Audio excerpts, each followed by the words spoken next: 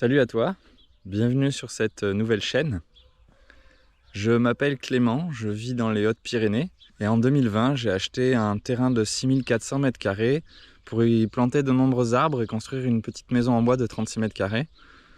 Mon objectif, c'est de tendre vers l'autonomie et de vivre le plus simplement possible, profiter de la vie comme tout être vivant devrait le faire. Aujourd'hui, j'ai un projet de construction. Je souhaite construire une deuxième maison juste à côté de la première, qui sera quasiment identique, légèrement plus grande. Et je compte utiliser cette chaîne YouTube pour partager avec toi les avancées du chantier, les différentes étapes, le choix des matériaux, le coût. Et j'espère que ces vidéos pourront inspirer et motiver celles et ceux d'entre vous qui n'osent pas ou qui n'ont pas encore les moyens de se lancer.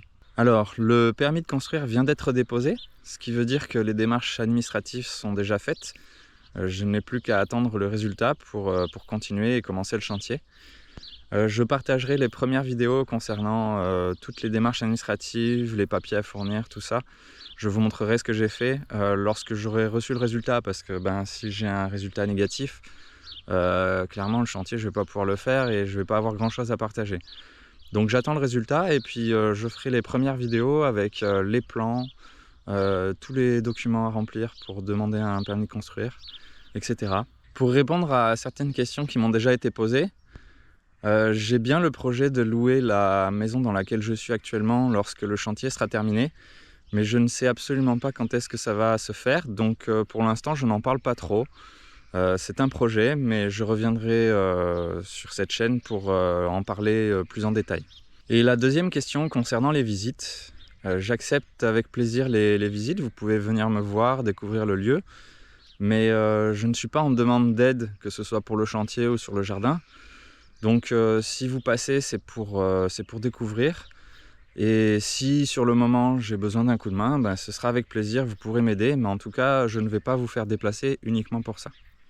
Sur cette chaîne YouTube, je vais également partager quelques vidéos tuto, vannerie, sculpture bois, parce que c'est quelque chose que j'aime faire et que j'ai envie de partager. Et je termine cette petite vidéo en faisant avec toi le tour du jardin pour te présenter le terrain, les arbres, la maison. Et je commence avec Loki, mon petit compagnon qui attend que je lui lance cette pomme, car Loki adore jouer. Ici, c'est le fond du terrain. J'ai lancé des glands, des châtaignes, j'ai planté des arbres que j'ai récupérés en forêt et j'espère que tout ça donnera un petit bosquet. Donc c'est une zone sauvage que je ne touche pas, sur laquelle je n'ai pas planté de fruitiers. Ici, je suis sur les allées qui me permettent de rejoindre les arbres fruitiers. Donc c'est la seule chose que j'entretiens. Tout le reste est sauvage. Donc ce sont des hautes herbes. C'est plein de vie. Et moi, ça ne me gêne absolument pas. Là, les arbres fruitiers, un prunier. Ici, la petite mare. Donc j'ai simplement creusé un trou, mis une bâche. J'ai clôturé pour éviter que les gros animaux n'aillent piétiner la bâche. Et je laisse faire. Donc c'est déjà plein de vie. C'est incroyable.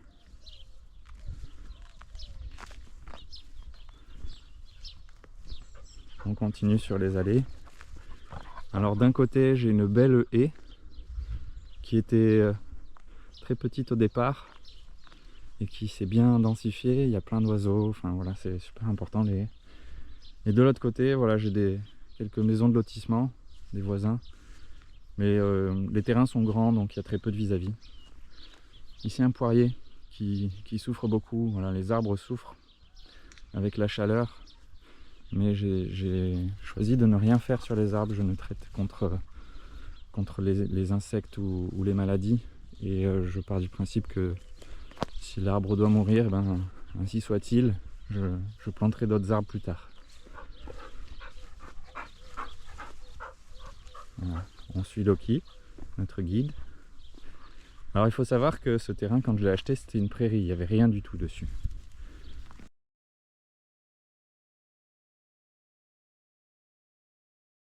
Et on arrive donc sur le potager, qui est la seule zone clôturée, pour éviter que les chevreuils qui passent sur le terrain n'aillent manger mes légumes. Voilà. Ici voilà un pommier qui est chargé, j'espère qu'elles arriveront à mûrir et que je pourrai me régaler. Alors j'ai déjà mangé beaucoup de nectarines et de pêches. Et ici les tomates qui commencent à mûrir. Et là on arrive sur la partie construite avec mon compost. Le premier cabanon que j'ai construit pour y ranger mes outils. Voilà, ici je fais grimper une glycine pour espérer avoir de l'ombre plus tard. Ça va être important. Un cabanon au-dessus d'une cuve de 7000 litres. Je l'utilise uniquement pour le jardin. Mais à l'intérieur, j'ai construit une petite salle de bain et l'objectif c'est de se doucher avec cette eau. Et puis la maison, avec un seul panneau solaire qui alimente une batterie à l'intérieur, largement suffisant pour répondre à mes besoins. Ici, un peu d'eau pour les oiseaux. Tout le monde a besoin d'eau aujourd'hui. Une petite palissade tressée en osier vivant. Et la maison.